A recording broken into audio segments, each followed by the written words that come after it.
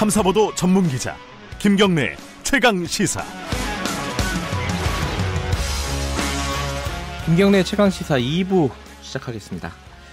2부에서는요, 먼저 한유총 계약 연기 사태를 좀 자세하게 짚어보겠습니다. 이쯤 되면은 뭐 정면 충돌이라고 해도 되겠죠. 한유총에서는 정부가 얘기하는 뭐 행정 처분, 형사 고발 이런 것들을 다 감수하고서라도 계약을 연기하겠다 이렇게 선언을 하고 있고요. 지금 한참 대란일 겁니다. 그 학부모들은요. 정부는 엄정한 대응을 밝히고 있습니다. 먼저 그 유치원생 학부모 한 분 연결해 보고요. 그 다음에 국회 교육위 소속 더불어민주당 박용진 의원도 전화 연결해서 이번 사태의 핵심을 좀 정리를 좀 해보겠습니다. 저는 애가 초등학생이라 이렇게 딱 피부에 와닿지는 않는 상황이긴 한데 생각을 해보면은 유치원생 애를 둔 학부모 입장에서 보면은 굉장히 뭐랄까요? 이거 어떻게 해야 될지 아무런 대책이 없는 상황일 수도 있을 것 같습니다. 포항 쪽에 계신 학부모네요. 어머니 한 분 연결해 보겠습니다. 안녕하세요. 네, 안녕하세요. 이 지금 포항에 계시지만은 이름이나 유치원 네. 이름, 유치원 상호는 저희들이 밝히지 않도록 하겠습니다. 네, 감사합니다. 예. 뭐 어떤 식으로든지 좀 불이익을 받으실 수 있다는 좀 우려가 있어가지고요. 이름은 네. 밝히지 않고 인터뷰를 진행할게요. 일단은 자녀분이 지금 유치원생인 거죠? 네, 이번에 입학한. 이번에 입학하는 학생이군요. 몇 살이에요? 네, 이제 6살이요. 예. 근데 뭐 어떤 계약 연기 통보를 받으셨나요? 네, 문자로 3월 1일에 받았어요. 3월 1일에 문자로 어떻게 왔나요? 구체적으로 내용이? 이제 길게 왔는데 네. 내용에는 뭐 유치원을 안정되게 운영하기 위해서 이번에 생기는 3월부터 시행하는 시행령이 네. 되면 유치원 안정되게 운영하기 어렵고 네. 질 좋은 유아교육과 운영 이런 것들이 어렵다 이런 네. 식으로 구체적으로 왜냐하면 선택권이 없어지고 획일화가 되고 이런 네. 식으로 쭉 보내셨더라고요. 그 언제 문을 연다는 계획은 나오지 않았고요. 네, 전화 드렸더니 일주일을 넘기지 않도록은 노력하겠다고 하는데. 네. 그 애도 자녀분도 굉장히 실망이 많았겠어요. 오늘 이제 입학식 날인데, 그죠? 네. 일단 어머니는 이번 그 계약 연기 사태를 어떻게 받아들이고 계세요? 어떤 입장이신가요? 일단은 처음에는 이게 뭐지 이랬는데 네. 나중엔 점점 너무 화가 나더라고요. 일단 당장에 내가 아이를 보낼 곳 없는다 이런 부분도 너무 화가 나지만 네. 이렇게 이런 걸로 이렇게 휘두른다라는 게 너무 얄밉고 네 저는 그렇습니다. 다른 학부모님들 반응도 비슷한가요? 어떻습니까? 좀 얘기를 하셨을 거 아니에요? 네, 다들 너무 황당하다, 화가 난다. 그러니까 특히 이런 사태가 화가 나는데 나는 아무것도 할 수 있는 게 없고 네. 그런 부분이 너무 속상하다 이런 내용들 많이 얘기하셨어요. 아무것도 할 수 있는 게 없다. 네. 근데 이제 학부모님들이 이게 지금까지 이제 유치원 관련된 사태를 쭉 디테일하게 다 알지는 못하시겠지만은 근데 언론 보도를 통해서 이제 쭉 접하셨을 것 같은데 이렇게 어떤 계약까지 연기되는 사태가 온 원인, 이유 이건 어떻게들 생각하고 계신가요? 그거는 사실 제 생각에는 저희가 잘못한 것 같아요. 저희가 왜 우리가 잘못했냐면 그분들이 치킨집 얘기하시는 것 같던데. 그 치킨집인 줄 알고 문 열고 운영하고 하시게 내버려뒀구나 이런 생각이 나중에 들더라고요. 비영리로 운영이 되고 이게 교육기관으로서 가져야 되는 어떤 기본적인 생각이 아예 없어도 괜찮은 네 그렇게 계속 지금까지 몇십 년 운영할 수 있게 그냥 감시하지 않았었구나 그런 생각이 들었어요. 지금 어떻게 해결돼야 된다고 보십니까? 간단하게나마.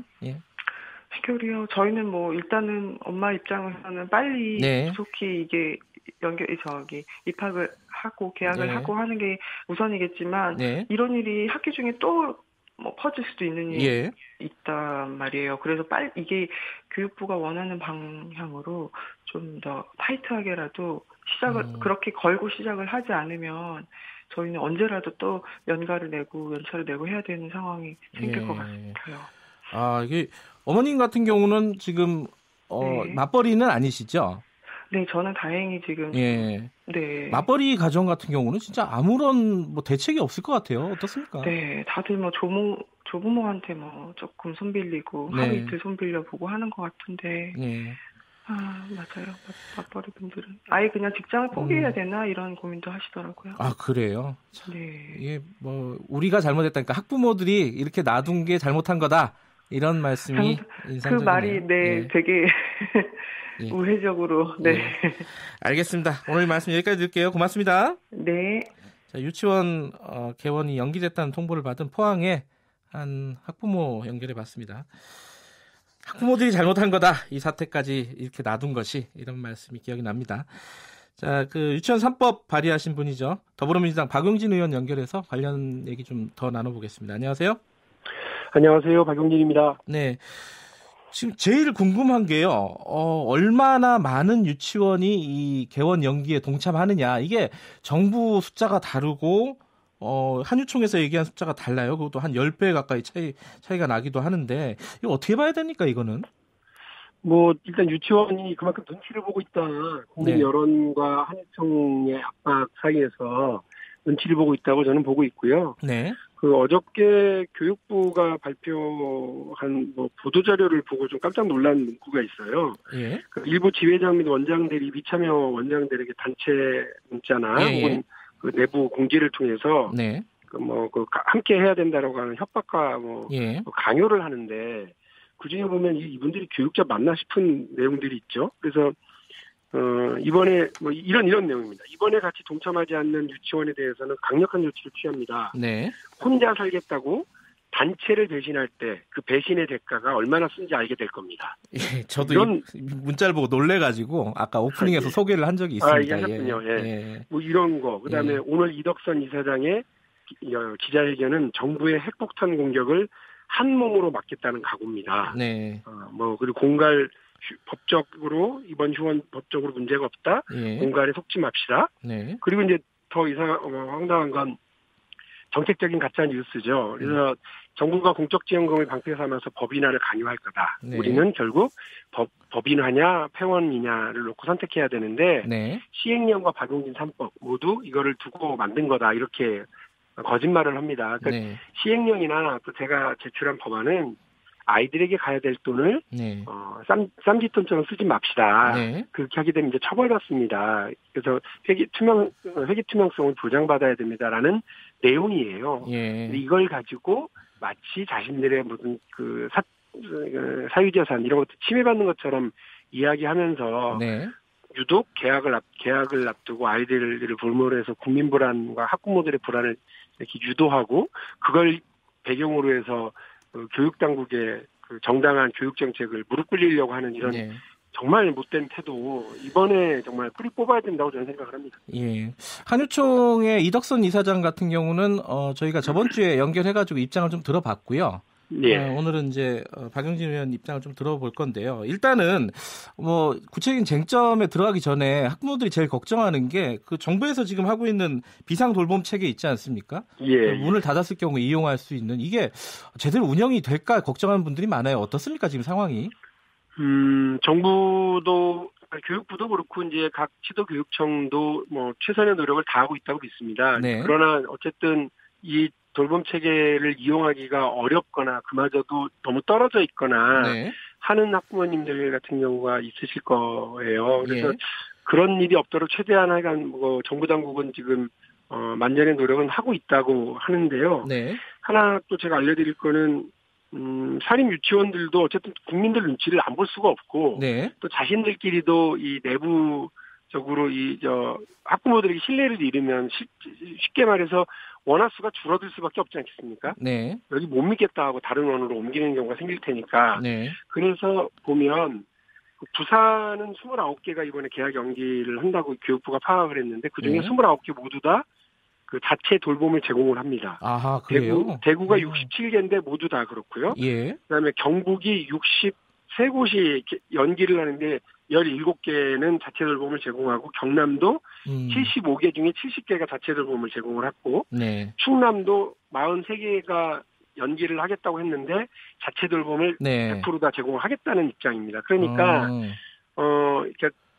가령 참여하는 유치원 수가, 계약연기에 참여하는 유치원 수가 300개다. 예. 그러면 300개 모두 다, 우리는 애들 봐줄 수 없으니까 당신들이 알아서 하세요라고 하지는 못한다는 거예요. 안 한다는 거예요. 그래서 일단, 그럼에도 불구하고, 지금 교육부가 파악한 것 중에서 한 150개 정도는 자체 돌봄을 제공하지 않고 있기 때문에 이 부분에 대해서 아마 교육부와 교육청이 자체 돌봄 시스템을 제공하겠다고 하는 거거든요. 그래서 감당하지 못할 수준까지는 아닐 거다 이렇게 저는 생각하고 있습니다. 그러니까 개원을 연기한다고 말은 하지만 상당수는 자체 돌봄 서비스는 제공할 예정이기 때문에 대란이 그렇게 크게 벌어지지는 않을 것이다. 이런 예측이시네요. 그렇죠. 지금 교육부가 발표한 내용에 보면 한 150개에서 한 200개 정도만 이 자체 돌봄도 제공하지 않는 지원의 그 계약 연기이기 때문에 이런 경우는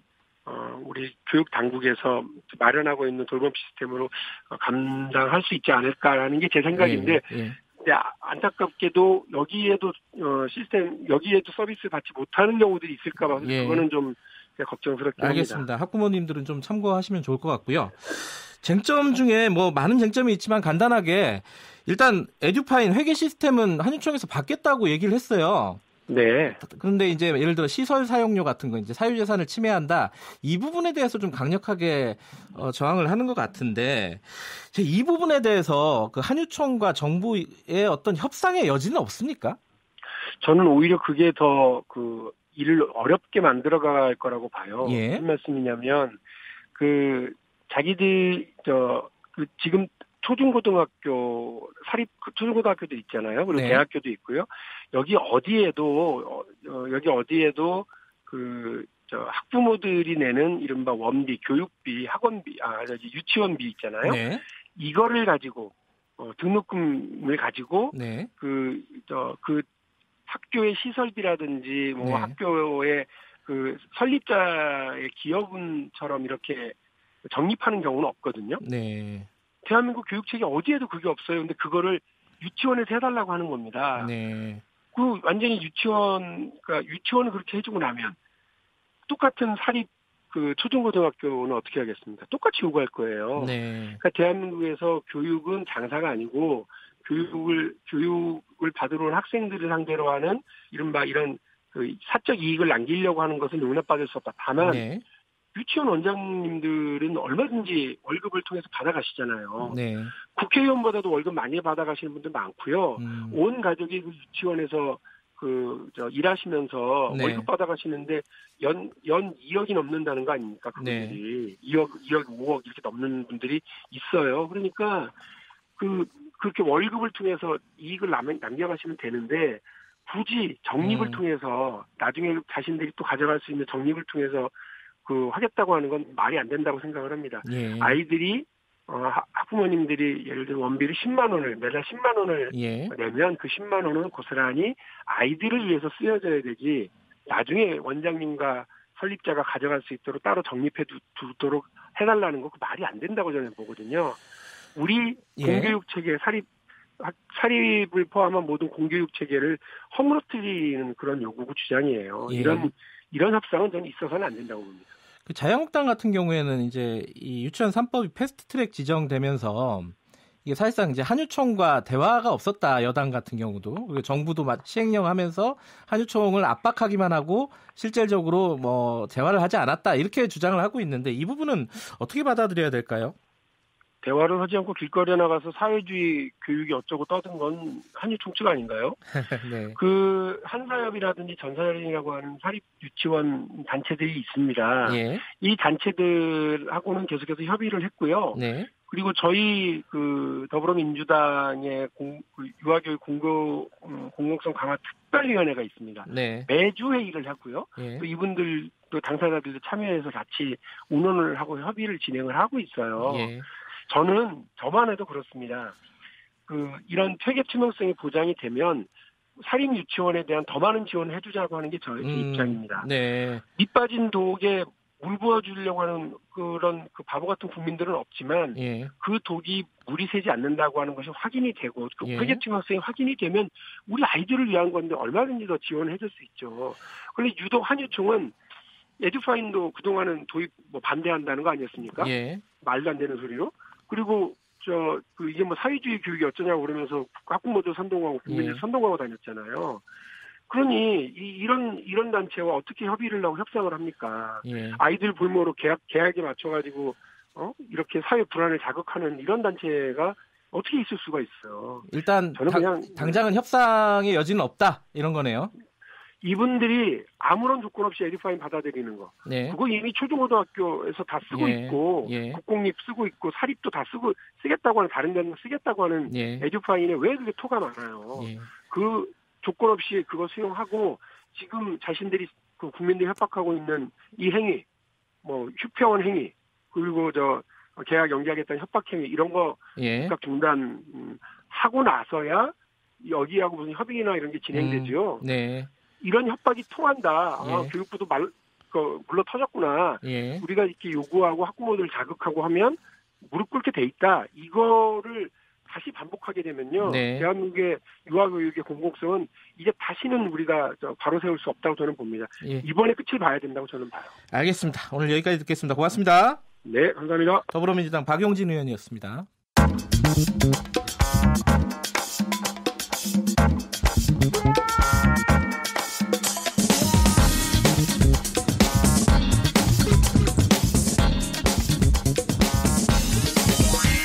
뉴스의 재발견. 뉴스 속 숨어있는 이면을 뒤집어보고 되짚어보는 뉴스의 재발견. 오늘부터는 의제와 전략그룹 더모아의 윤태곤 정치분석실장과 함께하겠습니다. 안녕하세요. 네, 안녕하세요.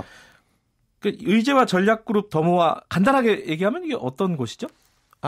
말 그대로고요. 의제와 전략에 대해서 말 그대로 너무 어려워서 여러 분들의 좋은 뜻과 의지를 모아 더 많이 모으자. 그러니까 정치 컨설 아니요, 저희는 이제 사단법인이에요. 사단법인. 근데 이제 컨설팅도 하고 국회나 이런 곳에 대한 연구 보고서도 내고 여러 가지 일을 합니다. 주로 정치에 관련된 얘기를 좀 깊이 있게 들어보는 시간이 되겠네요, 앞으로. 그렇습니다. 알겠습니다. 오늘은 자유한국당 황교안 체제에 대해서 좀 얘기를 하겠습니다.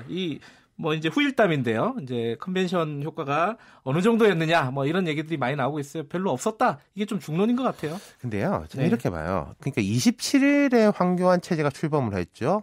북미 정상회담 첫날, 그리고 28일 이틀, 3일절, 그다음 주말, 연휴, 오늘 4일까지 월요일까지 왔지 않습니까? 다행일 거예요. 자유한국당 입장에서는요? 그럼요. 전당대회 기간에 워낙에 이상한 일들이 많았어가지고 또 황교안 새 대표에 대해 가지고 안에선 기대감도 있겠지만은 바깥에선 너무 부족한 거 아니냐. 예컨대 우리 최강시사 같은 프로그램에서도 막 황교안 체제에 대해 가지고 집중적으로 분석해보고 한번 물어보고 당신 앞으로 어떻게 할 거냐 이런 준비를 하고 있었을 건데 평소 같았으면 그렇죠. 북미 정상회담하고 연휴 때 며칠 밀렸단 말입니다. 내부적으로 좀 정비를 하고. 사람들도 만나서 이야기도 들어보고 이럴 수 있는 시간을 번 기간이 있었을 거예요. 그러니까 오늘 이제 조간에 나왔지만은 황교안 대표가 3월 2일 날 이제 엊그제 오후에 오세훈 전 후보를 만났죠. 따로 만나가지고 앞으로 우리 어떻게 할지 이런 이야기도 했다는 거 아닙니까? 그 시간을 벌었다는 거죠. 그 중간에 지금 말씀하신 이제 북미 정상회담이 노딜로 마감이 됐어요. 그렇죠. 거기에 대한 자유한국당 입장이 사실상 황교안 대표의 첫 번째 어떤 공식적인 의미 있는 메시지였다. 그거 어떻게 평가하세요, 그분? 자, 기사를 보면 이런 게 있어요. 노딜 때 한국당 의원들이 표정이 좋았다. 이런 이야기도 있지만은 공식 논평 이만희 원내대변인 논평이 여러 정당 가운데 제일 먼저 나왔습니다. 그런가요? 그리고 1시간 정도 차이지만요. 그리고 좋았어요. 안타깝다. 앞으로 기대한다. 우리 자유한국당도 힘을 보태겠다. 되게 정제된 표현이었거든요.